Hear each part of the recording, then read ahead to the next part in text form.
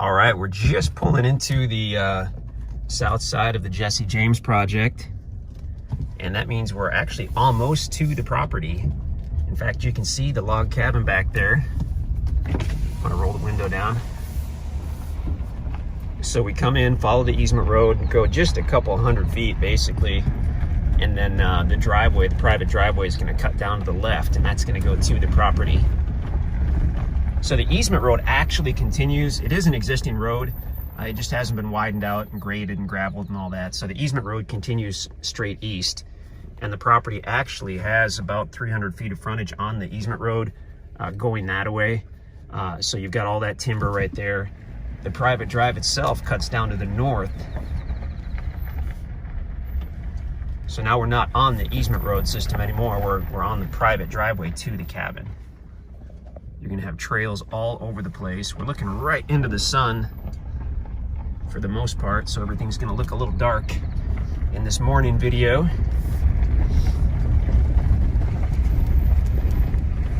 Such a special property. We are so excited about this one. Actual original log cabin, built, as far as we can tell, early 1900s, maybe late 1800s.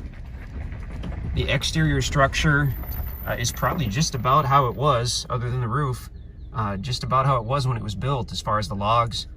There's been some updates to the inside, electrical and plumbing and that stuff. It's actually, I kind of missed it, but there's a bit of a circular drive here, which is cool. You've got trails going off all over the place.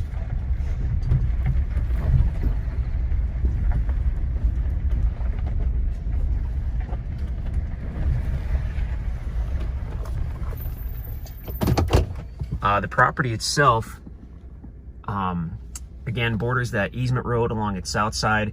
It goes northerly. You've got the driveway, you come to the cabin, and then once you get behind the cabin, you have a large meadow area. As you go north from there, it transitions into big timber again. So here's the cabin. I think we have a separate video where we kind of walk through the cabin and go into detail on that. So we'll either splice that in or we'll just add that separately. Really amazing log cabin. The workmanship that went into that when they built it is unreal. Just really quickly on the cabin, most actual authentic log cabins that we've seen are basically square or rectangular, because that was much easier to build than adding bedrooms. In this case, it's got a main square part, kind of where the great room is, on that corner.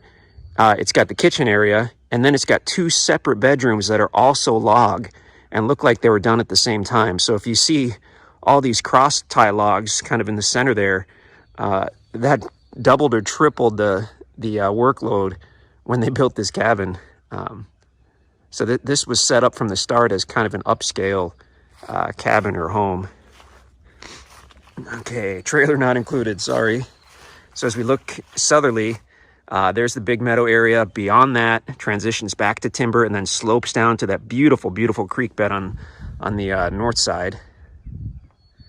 Looking northerly, did I say that? I think I did. Whoops, there we go, right here.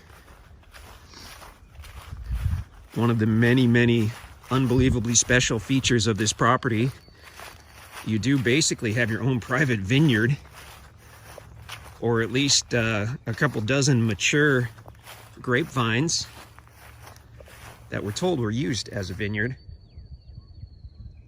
So you've got 3 rows. It's early spring and they're all, from what we see, it looks like they're all starting to bloom or leaf out or whatnot. These we discovered are fruit trees. So we've got what we believe to be, I think a pear tree, a couple pear trees. That's a pear tree. We cracked its secret code by reading the old label that says pear. And probably some apple trees and plum trees as well. Big, big mature timber. Monstrous oak tree. The only time we see oak trees that big are in or very close to old building sites. For that oak tree to survive 200 or 300 years and never be logged for any reason, it probably had to be in a building site this whole time, because those were about the only trees that escaped logging for generation after generation if they were right in the immediate yard of a building site. Gorgeous meadow. We'll do a drone video. That's a great way to see this property because it's big. You've got several other smaller fruit trees over there. I'm not sure what that pole is. Maybe an old bird feeder. Whoops. Watch out for this. We discovered this on our second trip here. Appears to be maybe some kind of old hand-dug well.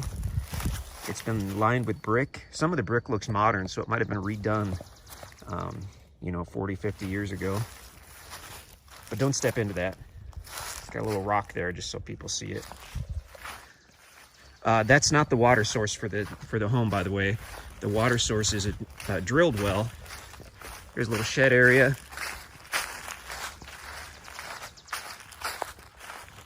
Here's the back of the cabin.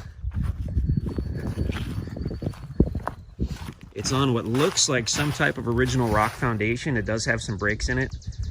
Overall, everything looks pretty solid to us, but you be the judge. There's one bedroom where clearly the floor is sloped and has been for the last few decades. Took us a while to figure this out until one of the guys just told us, oh, that's just an RV plug-in. So that's kind of handy. They've got some extra slack, so you could presumably pull your RV maybe in here. Watch out for that line. Maybe pull it to the other side of the propane tank.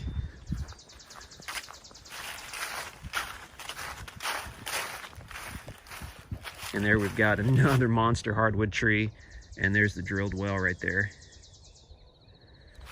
The guys have, I believe, got the power shut off, although I'm not sure about that. Now there's a meter there.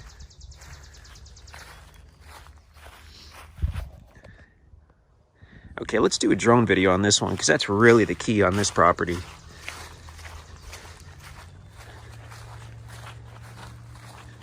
Unbelievable location.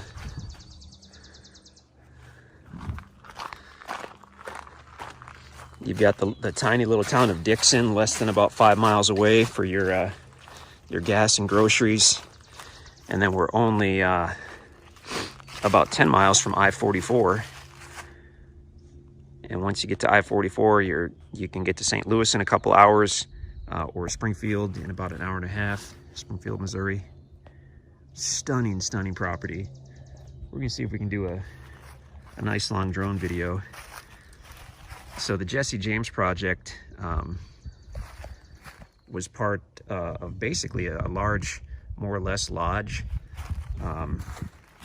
This would have been, I guess, the main lodge on it.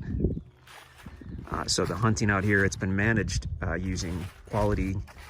That's why I focused on the sign QDMA, Quality Deer Management Association practices, for decades.